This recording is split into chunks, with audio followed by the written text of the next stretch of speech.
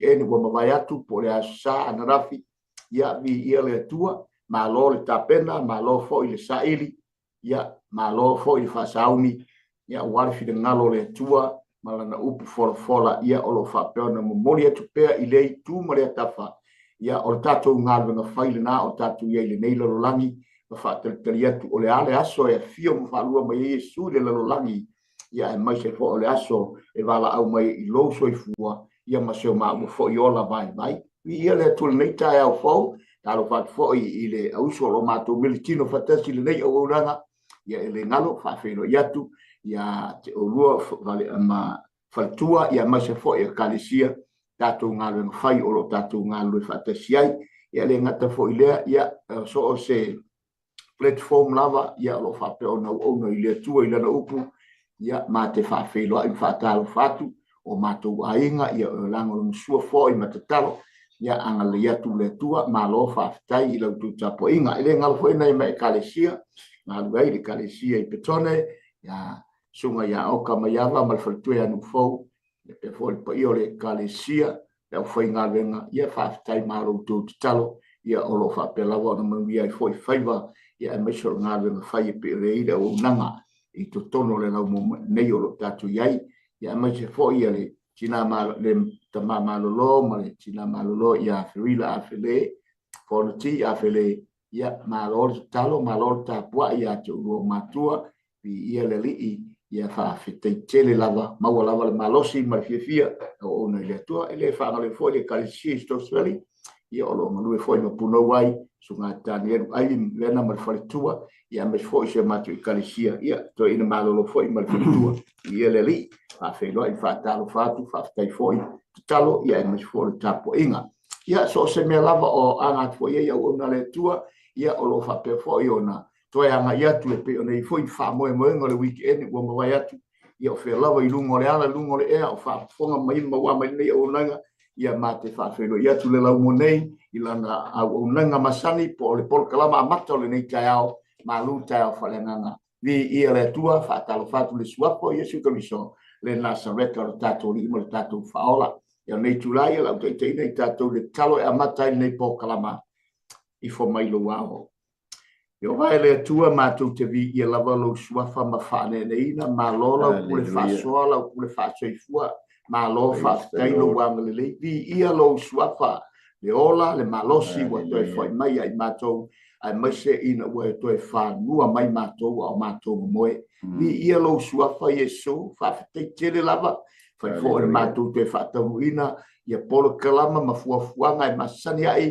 i lea vai aso, ma lea vai aso, e ala lava i le mātou au nanga, e le ngata i lau upu, a o nisi o wahenga o ngā luenga i te whira ngalo i le lalolangi le rei, a o mātou maua le ola. Lea tua mātou te talo le nei tai au, ma sauni fo i laulawina tau mafa whale nganga i le nei tai au fōu, a fio mai a nganga pa ia mā te whanga ngana ina ma whaia le nei ngā luenga, a o lau whau unga e mori o atu, i maota malawa. So se mei tono whai ngā luenga, o maua mai ili au nanga mā te talo, a nganga pa ia o atu ia i le mana o lau whaunga e ma mori ai ma whilinga. Whanofo mani ai foi, o ai foi se o mawhatia, i le loi mata malingi ma le whanonoro au wala au le atua i e pelema mai o ainga, i o le nei upu e whamawhana ia i la tau, e le ngata i le whamalusia se ua vai ma whananoa ma mai ia mātou te talo a nganga pa ia, i o atu lau whamawhananga ma lau whamalusi au ia i la tau le nei tau.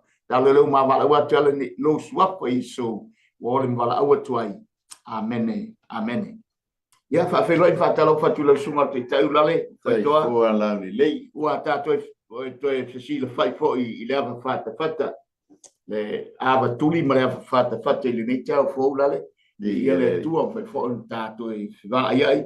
Ia au sila mai fo i le atunou.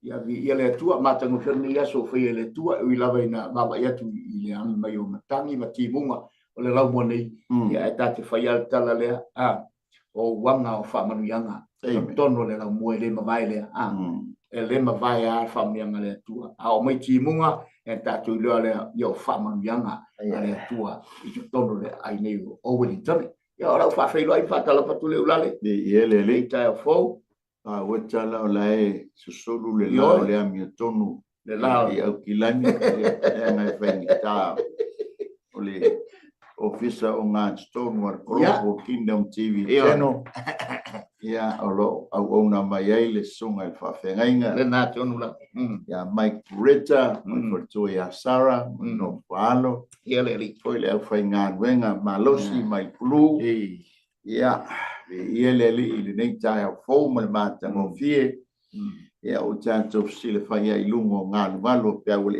ia le li ia ona ole au nanga ia ole malu tai au fa le nganga ia le ia el tonu foi ole na wa pangaia le malu tai au le tino ia mana o mai a fo le tino mana no mai le tino mali kau fio finata mai le tino ia olana mea ai ia i lea aso ma lea taimi ia ai i whaaleango tātou i lea nganga ia alai lau nau mai fo i le o tātou a nganga e fia tau sam i lea nganga amen ia ai pi i whaaleango ia i tātou ma ai tele lava fo ina tāli le mana o tātou tino ia ai vi ia le li ia le ua maua le amanoa le leitai hao au whaafunga foi.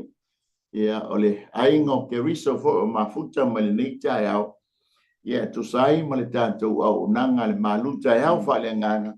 Ia, te o tātou whamai foi le fionga le atua. Ia e maua mai eise tātou.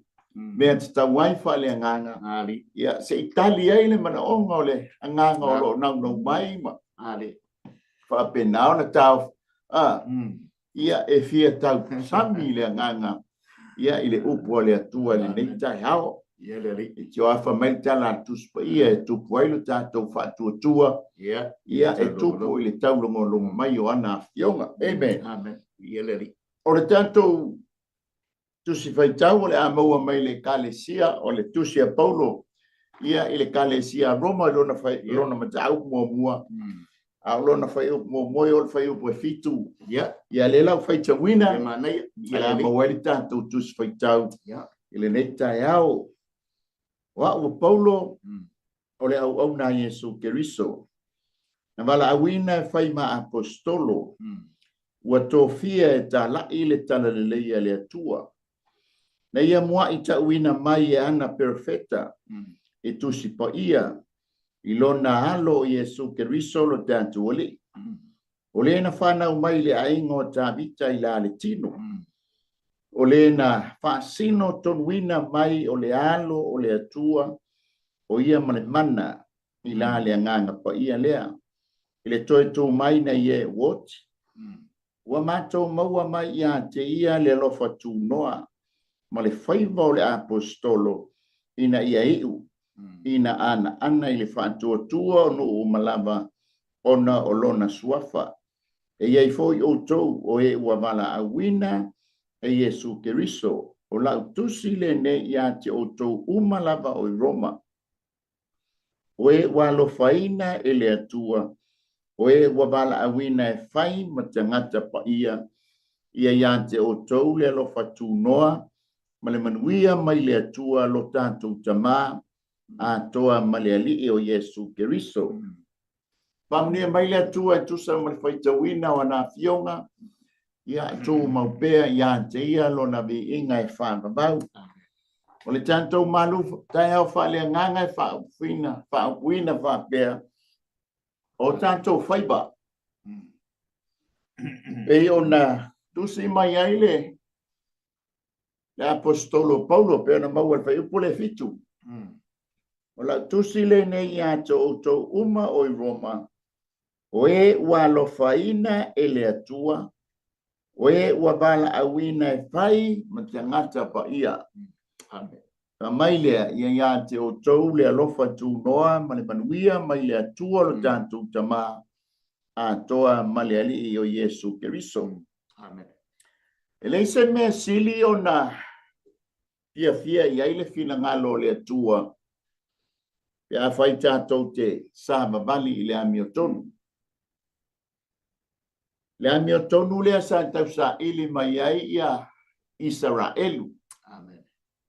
Ai sauale no ese maua pe talia ilona talitonunga malona whātua ia Yesu Keriso o ia o le alo o le atua na maliu mai I le tino le nei maliu lunga o le sa taulo tānumia ma toe tū mai o lona whātua la I le ngā nuenga atoa a Yesu Keriso na mafuai le tangata onu ese ona ia talia talitonu whātua a sa tau sa ili mai ele Israelu le amiotonu lea. Amen. O le fesili o hai le amiotonu o le tali o Yesu Keriso le amiotonu. Amen. O le mafuanga lea o le teimi tātou te talia ai Yesu Keriso e whai mo tātou li mo tātou whaola. E whai foi mo tupu mo tātou tupu. O na foina mai lo lea Yesu o lana mea lofa lea. O lana amiotonu e ta ua amiotonu ina ai le tangata ua tangata ngasala ua salamo.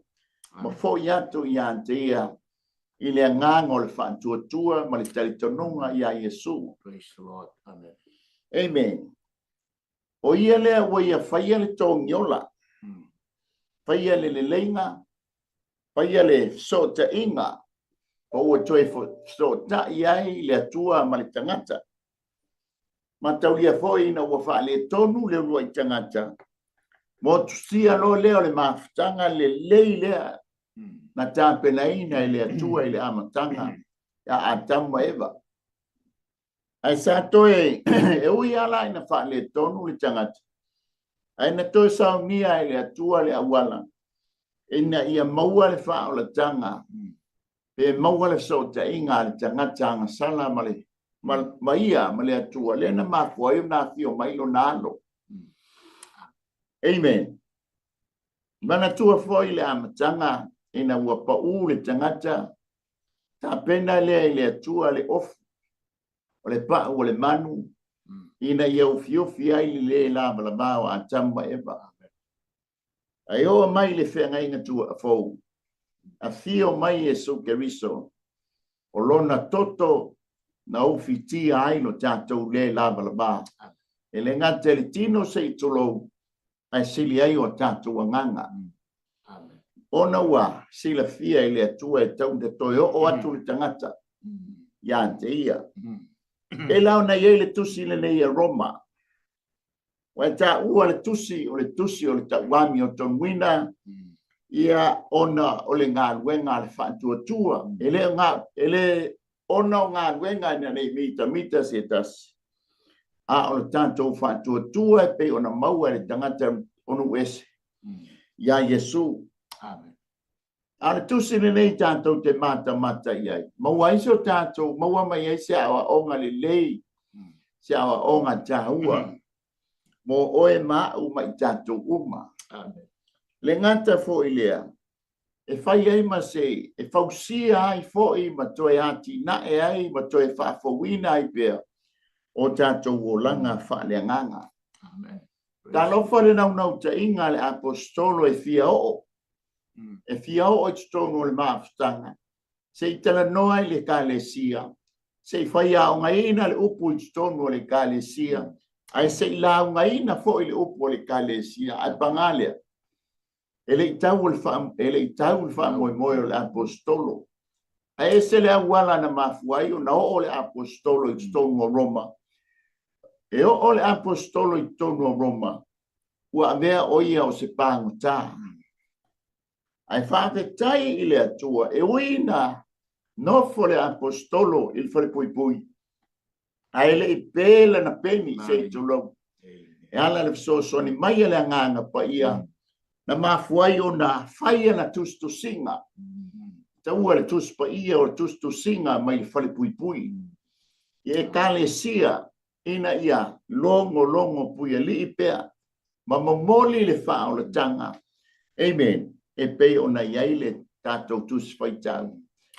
O se apopo inga, o se whautuanga, o se tima inga, i o tātou whaiba. Whaiba alo filima, ua bala awina ai lo soifua mo tātou wola. O tofia ina ai fo i tātou e le atua. E le ngate tutonu o tātou ainga, o tutonu e kalesia o tātou au nai, o tutonu o malo. Amen. Leanga o tai uma o tō whinga mai le atua. Ai a mai le nei tai au tō whape i lo whaiba mo tātou whaiba. Vai ese uma o tātou whaiba. Ese uma o tātou bala wina. Ese uma o tātou tō whinga. Ai tasi le aunga e whaate tau uma ia Yesu. Leanga tātou te tutu uma i luma o le no foa whaamasino le atua. Ma tali me umana tātou whaia le nei o lang. Ile whaiva ua bala wina ma tatofia i tātou. Ia peisa u whaapopo soan. Ia le atua, malo whaafitai. Ia le li malo, ia nau ai whailo tulanga peona iai. Ia na whola poi tulanga ta ma ta upu le nei tai ao ma sina whaswhaitau ta te whaamalo si au whoi ma whola tulunga le lao ai. Ia poi maluta whale nana. Ono nei lawa po kalama i oro ta ua o le maluta e ao whale nana. Ia a o le tau tu foi. Ia o tatu whaiva. Ia a mena tu foi ulale to na tau tala e moni lava. Ia i te mi tatu te ala whai foi. Ia tatu te le ufala ngona ina se fia mana o mio se me ai. A tau foi se tiu lava ala lom foi wha mo i piu le fitau le to ala mani tai ao. Ia foi nei vai ngai wha mo nei ti ngā le tino. Ia e leo sweet foi lai tūlanga i pio ne ise breakfast ma tau maros. Ale upole atua esea ia pe laula wina iso se te me te falo wina ele ngata ino o mai le ola a o le fia mai ato o fa mai moe fo fai o le amatanga o le aso e se manai iri la ngona se vai iri la ngona se mai pe a e fa tua te o na tau tala tu le fai aonga pa e fa tua i le upulea ma le mea ai le anga o le mea ai whanengang a o ta utu le reita o tātou whiwa. Amen. Pe o reu pula o le whaiwa e whailunga o le ngate whale. E whailunga le upulea o le whaiwa e o le upu e maua mai i le whatiu teinga po le whatama swani inga i lunga o le sam. Ia pe fo i la tātou matamatatu ia o le tātou te wawai atu ia o lo whaai ngoina fo i o tātou tiu te tau ave ia ma tātou ngā lwenu whai ia i ainga o e kānisia ia taua o whaiwa.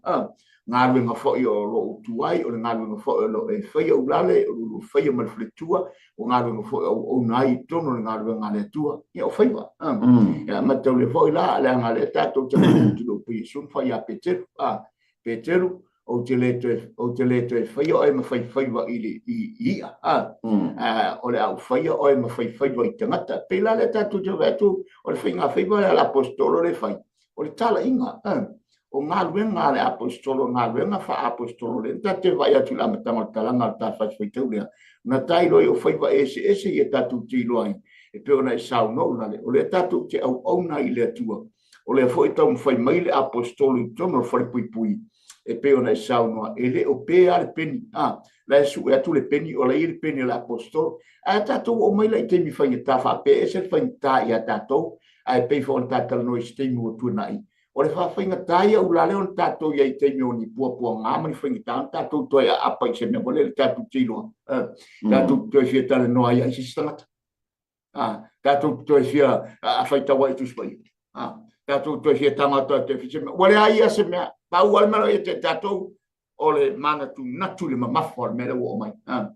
Wa iai la ngona fo ilele, wa le fia whai mea, wa le fia iai. Ai peita i le langona o le apostol pena sau no lani. So o le fatu muina le nganga pa ia, e le mo fai o na ave se ina ilo na mafo fauno mana tua lofa ia Yesu Kristo i le fesoa soani awa o le temilea, o le ua tuu ma a mata ngā le apostolo, e fai loa mai ai, o le eile le tūlanga o le mea, tau na fai ngā le apostolo. Le tate wa etu tau tatalina mai, o tiu te tau ave, e le ngata i le talai apostolo, e pe fona e le wingo le o le ngoa apostolo o le awinatu o i tātou awinatu le tala le ala no fo apostolo i no tonu nono tanga ma no foanga i le te tau on tuefei ai le e a foi o le ai alu le fau e le o muta le fau fa pena pona mo se lu tau i tātou ina ia awane i mate le la meparea e ti naia le la mepa i le teimi tātou te iai tu tonu ni poponga ia la ngona pe i tātou le oli mai fia e ma fai on tātou i ole upu foi le whapea ole mea i le loto e ile awala e fai ia e ile awala e mai le atu e te fai le tātou i le lofa tele o le apostolo rona nau tai ina ia fai lo atu le tala lei i to tono Roma le nga ole le fina ngalo le o Yesu mo i tātou awani ti neia le la mepa ai e fai loa pea le la me pai tanga tau. Ia lau sa soanu le ulale, nei tai au. Le tusi nei a Roma. O le malanga lona lua le apostolo. Tau nu lole o ile kalesia i konito. Kalesia whaingata. Ia, whaingata. Maua le tala ile mawhitanga i Roma. O tangata Roma po tangata whaolaina i Roma. Na mawhua mai o le taimi o le Pentecoso e na fio mai ai le nganga pa ia o ina faolaina ai le tele o tangata e le ngata o tangata Roma ai na sala lau ai i le lalulangi na ba i taule le tala lei ma mau ai tangata na lato tali e ina Yesu Kristo o la taula le na o mai a fatule maftanga i Roma nau te ingo le apostole fia o ile maftanga e peona taua ia ai esel awala na tau wai apostolo i tono nu Roma o tanto faiba amen ti tanto mata li faiba le apostolo a tono fo Yesu na taua ma sona onga mo i tanto mua o le faiba mua le apostolo fa mai o le au na wa Paulo o le au na Yesu Kristo. A fai tu singa ia vai tau foi. E mua tu se le tu stala lo na suafa i lungole. O le pito i lungole tusi. E tatala lo le tusi e mua tau le tangata fai tau. I le suafa le tu stala e tau mai ai i la tia ule fai tau o le tusi la le tangata suafa ia Paulo. Amen. Lona lua. Fa mai o ia au na Yesu Kristo. O le faiba la o le apostolo. O ia o le au na Yesu Kristo. O fa pe ilo fai ba nei tae. Amen. Wai nai fai o e mana au na. Mana ele mainga o ia o le au na a Yesu Keriso. E lua winga i le upu e leni i le wha peritani e ina o le upu lea au na. E maua mai i le upu e leni mua o le slave who completely belongs to his owner and has no freedom to live. O se polonga le winga mua lea o le upu au na. O le ua pulea toa e lona matai. Ma wale iai sona sana ia e sola e se ai po sona sa orotonga. Ona ua avea o ia ma mea tō tino ale ona. Ua avea le tangata polonga e fai ma mea tō tino ale matai e pule ai le matai i le polonga. Ele ma fai ala il polonga o na fai lo na loto malana ia tau. Le e falo longo uma i le mea le tala noa mai ai le matai. Amen. Pamata o avea i ta ua au na Yesu Keriso. O le ua avea i ta ua maana mea tō tino. Amen. Amen. Ele fai ai so tato loto. Ele fai ai so tato manatu. Le anga o oe mau. O le polonga a Yesu Keriso. Pole au na a Yesu Keriso. Au te loa ia e te sila fia lelei. Tūlanga na iai o oe o le au na Yesu Keriso. Amen. Pamata o tui na atu lo tangata atoa. O le polonga po le au na Yesu Keriso. Amen. Pese longa e mali o tātou loto, pese longa e fia o tātou loto, ai a o loa ina lukta le wholaunga. Ia ona tātou lea mana, ia lo leo le tātou matai, ai whai o tātou loto. Amen. Amen. Whapena fo o tātou whai vai stongo, tau singa o tātou matua, tono o tātou ai. Ele whai aso tātou loto, aia, e whaile mea lai mana o eo tātou mātua. San, tota, whaile mea lea o te manao. O le winga fōle nā o le usi ustai, upu usi ustai. E le whaia se mea tāte loto iai, ai whaile mea lai mana o mai ei lota ta māma lota tina. E whaile mea lea. Whaipa o nai te whailo whaivane nei tai au. O le tāpena ina o le mālu tai au anai o mātua. O lo whaivane nā. E whaamanuia mai fōi le atua e tusa male malau ngā luenga po lo whaipale nei taia. Ona wha leba lea o tātou waso i lunga o le whonga ele ono lea. O lo tātou usi ustai ai o tātou mātua. Amen. A whai fō lo whaiva tina o le avea o tātou whanau ia onga. Amen. Ala e alu ta mai whea ngai ma whea ngā luenga. O lo tātou whaiva fōi lea.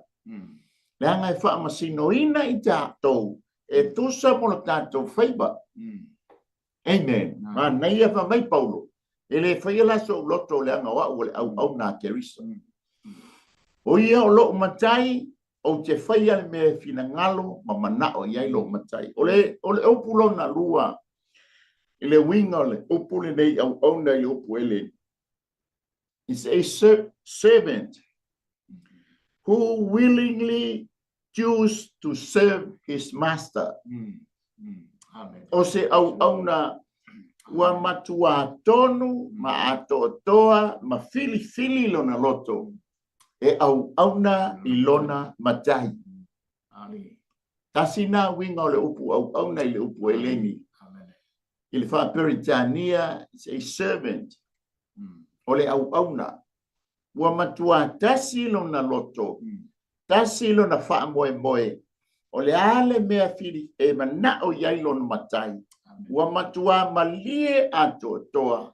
E whai ma whaatau nuu le mele fina ngalo iai lona matai. O le sa atia pinga le apostolo. Wha mai iai le apostolo. O a ua Paulo. O lo ingoa o Paulo. o lo tangata o Paulo a ole polonga a Yesu Keriso o ole au auna a Yesu Keriso wa tuina atu a atoa mo ia e faia lona finanga ele fai ngofie ya pensa fa so Yelari manea ulale de faso ole tulanga pi ona ia le vaenga le wa fa maina mane ole fainga tai e pe ata ule upule au ona a ona tatu te lo pona e sao no ulale ole au ona ole tangata fo ile pala se tu lo sa mo a pala na au ile ngatena mau ele melo o le mautonu wa fia malo lo a o mo ia te ia la mona fele o polono o le sa loto a o le au na langa o lai so se mea na te faia e sa mai lunga le pulenga a e sa mai lunga le fatto nua ia pe fo na sa no e foi te mi foi le au na nga tangata la to e tato a tato wa e tu foi se me o tele tato tamo fai ale le nga yo mai ia le tina fo la inga po pe ia a se na o le vai pe kai ko se o te lo e se man mai mo loto mau lalo o le loto mau lalo e ma fai ona ta fai se me ma ta tali ton wai fa mo yanga le atu ia ita en fona mo se fa ita inga le leile o na tatu te tono tatu tangata o fa le ina le sua fo Yesu tatu manatu o le fa o tole mai fa e trust mai le apostolo o wa le wota mai el apostolo ele ai lona identity le tatu te va e tu talanga minga e fa i lo mai pone sa no la e te tala mai le apostolo o ia mata mai no ngoi pe tatu masani pone te fa i lo mai tulanga o tu si foi tatu mai sa mo fa e trust mai ya wa le lo tante o ile ka ka sa ku ya mo mota mai e pe fa pinga o se atale na tu si singa la apostolo e mane fa i lo mai o ia ele ngate na ona tiute ma ona fa bala ia tau mai o ia le au na a te viso Yesu ia o ia le au na ia e fa pe vola e te tato o tato o na po tau si mea Yesu ile la lo langi le nei tato te iai tato te fai le fili ngalo le atua o le ale le sa o loto ia te oe o le ale nono tanga ma nono tia ia te inistemi ia nono tiai fulo tai mantava e se pe o le upo le atunu se tolu sa moa ia ia te mi tatu telefon tatu o so tuita to ona ua tatu pisile me fai me fai o al fili ngalo me ngale tu pe o mena le apostolo e la walunga ia te ia fili ngalo lona mata lona master ina ilo o au o le una fa pena fu le mona ia tatu o ina nono tia le au le apostolo to telon tu singa wa nono tia au ona oi master wa nono tia o ia ona ai o Yesu ma no si tele lo fa l'apostolo ia Yesu o ia o le taitai o ia o le fao o ia o le pule ao me uma le ala tatu vai tu tulanga e pena ia le tulanga o nga ven fai mo tatu fai ma e pe ona e tau fai lo la le ni tau o fai va ia o le ale tulanga i te tono le nga ven ale tua o tatu fai va na alo filima tatu te au nai ma tatu servinai lo tatu matai uia na tatu polonga i le larolangi nei i le ngawenga ma le whiringa lo le atua a ona tu atu le teimi whai wai o whaiwa mau ngawenga lai whaatari mai le tau i mo oe maa ia o lau whasoale nga le ni tau i ele mo le whasoa wha mai lea na bala a wina e whai ma apostolo e lau whamitala mai o ia o le au na Yesu Keriso o ia o le polonga Yesu Keriso o ia o le au na Yesu Keriso ele faia sona loto fa mai le o Paulo o au ua mala awina e fai ma apostolo ma taulia o to finga nei o le apostolo po le fivefold ministry o le mea lofa Yesu Keriso na fo ina mai tonu o le kalesia amen e te mau ai o le Efeso e fa o le winga o le upu apostolo i le au fai mafau fauga. Pa mai e whaatusa i le waa o loa. E sau le waa o loa a tropia mo meo o loa o na alu fo i leo le waa o loa. A la tu i lea no fuanga ia tu o loa. Whātusa la wha mai leo le la tō tali tononga. Whātusa ia tangata whaonga ina i le atua. O lo la tō mai to tonu o lea ngā luenga tufa mai le upo le atua. Oa i mai le oa wha le nganga na uma fo le toi o. Le ngai le nofo se apostolo i stono le mawhitanga. O le whaife au o lana le apito la au. I to tonu le lafu mamoe. Ale apostolo. Ma le whai e vangalia. O la ua ngā luenga e o mai liva. Ki liva mai le upo le atua. Ma losi le kalesia a uma o na toi malanga lea. A le laf, a le taitai mamoe. O le taitai leo mamoe. O lana ngā luenga. O le wa ainga o mamoe. Amen. O mea lofa la ia le iai le apostolo. O le perfeta. O le whai e vangalia. O le whai fe au. Alua tua ile fa o popo tua ile male awa o po le faia onga le upo le ali. O le fivefold ministry la le o mea lofa na fo ina mai e Yesu Keriso I to tonu o le kalesia ai le ia fio I le langi. Amen. E ta ua la mea ta o le Ilopa Peritania o le pre-assassination. Ia po o mea lofa na ana mai ai le ia fio I le langi. Amen. Kasi fo ila ia mea lofa in Mount Stone o le 21 gift of the Holy Spirit. O mea lofa ale nganga pa ia o mea lofa Yesu Keriso. Le nai a mai ai pa mai ua bala a wina la polo o faiva o a le apostol. O whape ilo whaiva I stone o tātou mar. Ka le sia po stone o tātou ai. Amen. Lona lua, whamai, ua tō fia e tāla ina le tala le lei a le atua. E le ngata o hau o le apostolo. Ai ua tō fia la au e Yesu Keriso. O te tālai le tala e le lei a le atua. Amen. Praise the Lord. Amen. O le winga leo le whaiba. Whape I lau tala inga le lei bai tau. Whape I lau pese I stono tōsu tātou ainga. O pese malia ai fina ngalo maloto le whanau. Ma le tamao le ainga. Ia po le tina le ainga. Po le pese vivesi ai te tonu a maftanga po I tonu ainga. Lango le tātou whaiva, longo puia li, tātou whanau. Amen. Ua tātou wa ai atu I leo langa o tātou wa ai ari. Ai a mautu o tātou whaiva, to tonu o tātou ainga. Langa o le melenga tō fia I tātou. Tō fia I tātou e whaimata māu tonu o whale. Amen. Tō fia I tātou e whaimatina o whale. Tō fia I tātou o whanau. Ina ia, usi ta ia tātou mātua. O tātou whaiva umanei. E whapenana whamasino inai I tātou e le atua. Po o le leile a vea o I tātou. Po whapena o na tonu le taitainga o oi o le whaiva o le matai.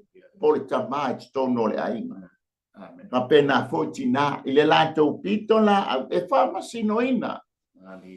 E whainga tai o whamsino ngā le atua ia atamu eba. E whai atu ia atamu, e tusi le lima o atamu ia eba. Blame le lo matua. La menga aia. Ke a whai o lea, Anton. Ai whai atu po ia eba, e tusi le lima I le ngata. Whai atu lo le ngata. Ai le iloa po, wale poa le iloa le ngata po I tusi ia. Vai le po to le ngata. Ale tangata. E whetusi ia e matustusi lima. O le ata fo I leo tātou whaiba. I tonu a tātou ainga.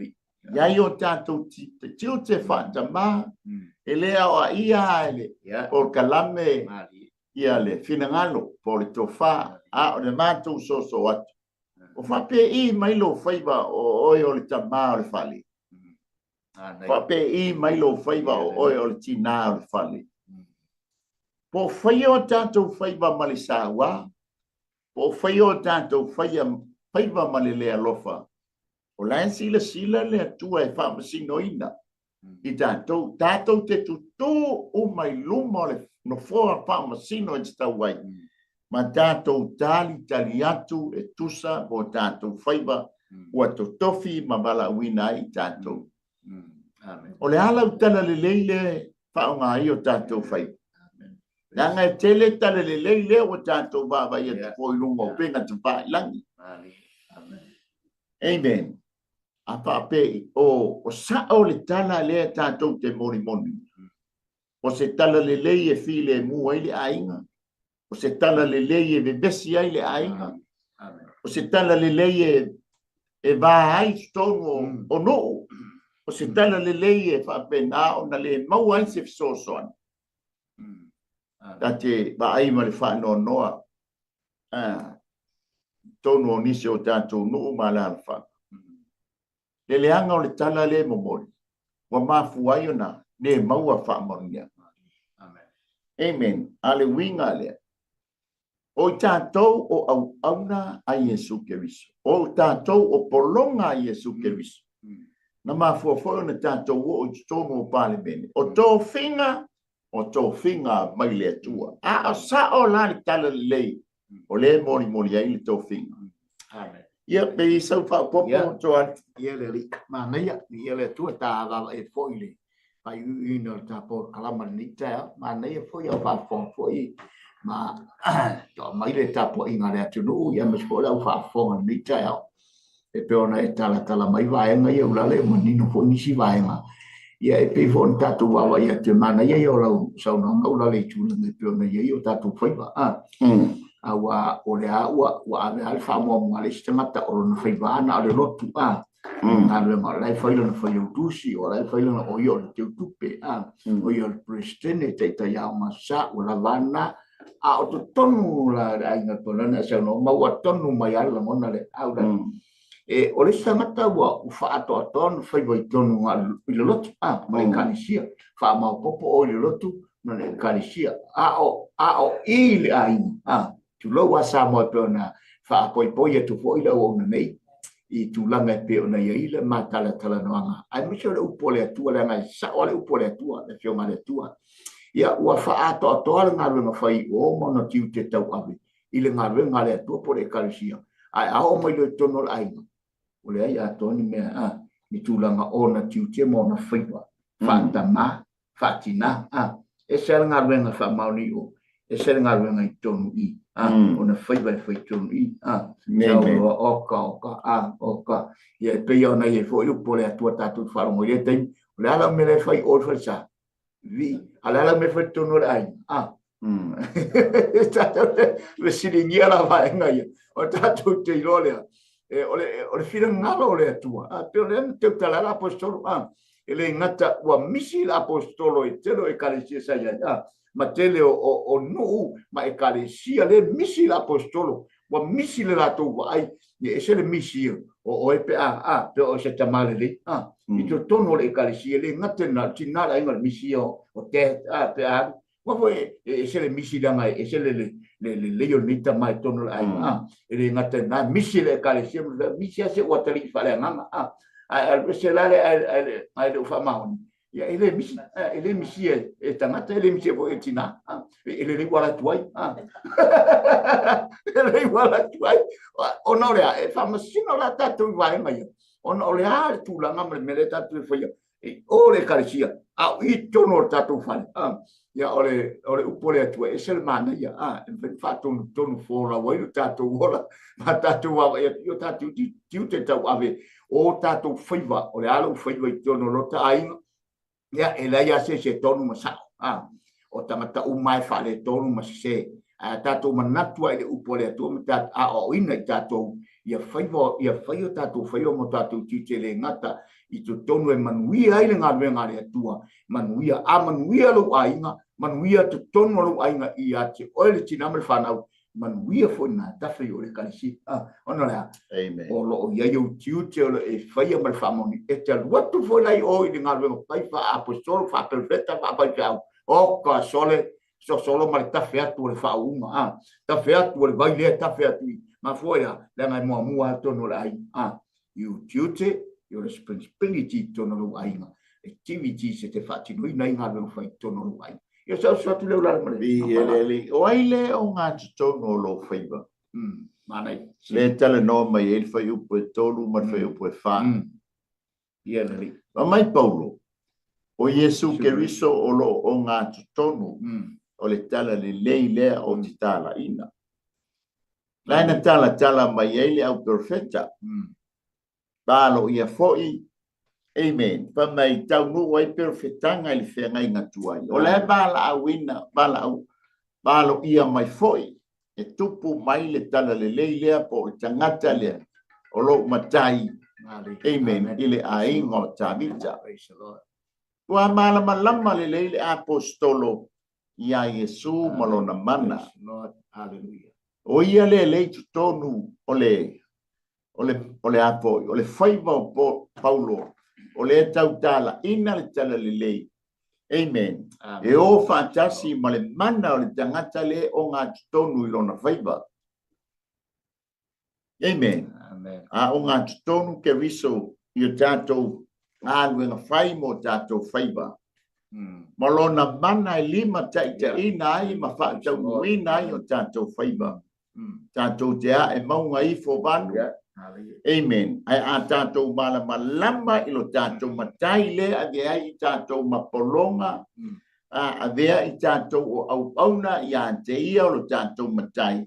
O ngā totonu o ia i totonu o tātou whaiva. E iai lona mana e lima taita ina ai o tātou whaiva.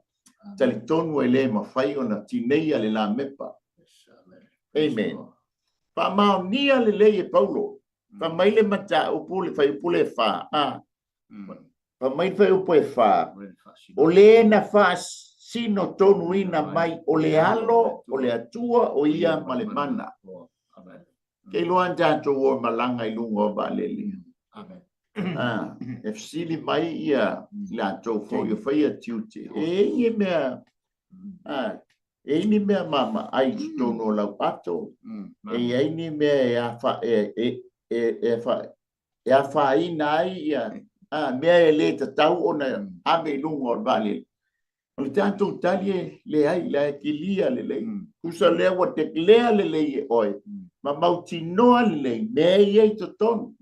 O lau ato. Wai foi le si fasili. Na e peki inga lau atu. O oe na tano whātumu. Whawhao ina lau atu. Ia oa. O foi le taimi. Foi le tātou te atu e tonu. Te kilea foi tātou atu e lungol.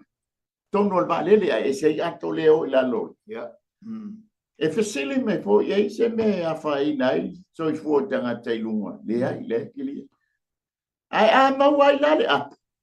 Alenga e whaasala la tātou leanga o me sa. A le te klea Paulo i. Makua whamao ngia le lei e Paulo. O lona matai. O Yesu Keriso. O Yesu Keriso. E iai lona mana. Amen. Lona lua. O Yesu Keriso. E iai lona i tua. Deity of Christ. E iei le tua o lona matai. O lona tonu. O lona matai. Na maliu a ua toe soifua mai. E le pei o isi matai. O le awa maliliwa. Ma maliliwa tuai la. Pei o na iei nesi telitonunga. Telitonu i matai po tai po whauta o loto. O la tau lea telitonunga. Si ona whale bela. Pa mai Paulo. O lo matai. Amen. Le o ngā tonu i lo whaiba. Na maliu. Awa toi soifua mai lo matai. O whape i le matai le te muni tai ai ma e ave i ai lo whaatua tuanga. Amen. O toi tu mai lo matai. Ai lo. A le matai le o Paulo. Le tau moni mai. E wha manatu mai fo i a te tātou. O lo mātou matai lea o Yesu Keriso. Na maliu a ua toi soifua mai. E le ngato le mātou matai lea ua whai ai a ua polonga. I lo o whaiba. O le matai ai le mana e fsoani i lo whaiba. O le matai ai e iai lo nei tua. au mafatia o te tapa ia lo nai tua. E fesoa soni mai lo faiba. Amen. Praise the Lord. Amen. O lo matai leo te au na ia fai ia u mapolonga ia. E na toe tu mai e fa pena fo la lo tanga. A bala au mai la lo matai. Amen. E ia le aso ia le tai. O te toe tu la ia ma te feiloa I ma lo matai. My master. Leo o te au na ia. Amen. Praise the Lord. Pa mai lea. Pa mai fai upo e lima. Ua mātou maua mai lea lo fatu noa. Ma le fai bao le apostolo. Ina ia iu, ina ia ana I le fatu tua. Ono uma. Kei loa le mele mo mori ai le tala le. Ono uma. Whaafitai ia paulo. A lea ua maua ai lo manuia. Wa tātou sapi ai le bao. Ba au malie ona ole au nanga le apostol. Amen. Praise the Lord. Ia ona le tatu tei aso. Mali. Amen. Le toi tasi le tatu minute le toi. Ai ole e toi na toi lau sunga. E so sani ia ona fa umalole wa le toi tasi tatu minute so. Ia le tu fa tai mole. Ia pe fa umai loi oi. Amen. Ia le tu. Nga ole se tatu tei sa mo. Na tu toi feigo ai foi si stai le la fa uma tu so alo.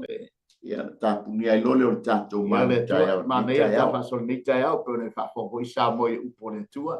Ole maruta fa le nanga. Ma ne ia le ona te tongu le mule o le fa ala o lango ia ida apostolo a o na malo si anga le ngata ina tiklea ia failo ma failo ia Roma o Yesu Kristo ia ia mana le nga pa ia on fa ngono na ia o ia malo si ida apostolo a ona o fa ngono na le o lo fa tonto tina I lo mo ia malo si fa le nga e tu nga no ngale tu sa mo ia ole tatu po kalaman na ni ta po le unanga na ale Emperor for Christ I te tono le lau mo nei ai na unanga a mata I le nei ta o le maluta fale nganga ia pe na mata o fe toi me sunga le fai au nei ia fa pe fo lape se ngana ia pe le tau te mali foi lau fa fo anga se ma fa matalanga le nei ta au ia ato atu ina ma te fa la lo atu fa ba la lo atu ia matua atu la ina I lau fa fo anga sa moi nei ta au ai fa mangalo se leo vai e tu sai fo ma tau fa tu le upo le tua o le nganga la vai ma le au mo fa ma moi ina I tatu tau fa ile ngona o mo le fina ngalo Yesu Kristo I le langi le lei ma le tatu o nangolo tatu va vai tu fina ngalo le tua ia ai ma o nei le nei ta au ia la fa nei tatu le talo Amen. nei tatu po kalama fa te sele nganga pa ia fa te le tua I le unanga le nei ta au fa te le upo fola vai fo fa ma sio ma tu loto ma le unanga ia mai se foi o le amatanga o le nei aso fou o matu iai ia fa pe lava o na tau tai mai oe a veo se fa malu si au mo I tatou mo I matu uma lava oe fa longolongo ia mai se foi o I ma ua wala tu I po kalama ina ia fa pe o na mua au oe mua au le nei aso I te au ngā wenga lava singa se la fe ngai malo watinu iai lo wanga le leima lau fa mianga tu mau te pe lava ia te oe le vi inga le fa manu ma le fa ne tanga ai tu mau so ma fa tau wa ai le lu swapa Yesu amen amen ia ma unanga na nei tai au pe nei lu po le tu nei ma o nei tai au ia ma te fa to fa so I fuantu sa mo lo fa ma ia manuia nei aso so I fuia mai manuia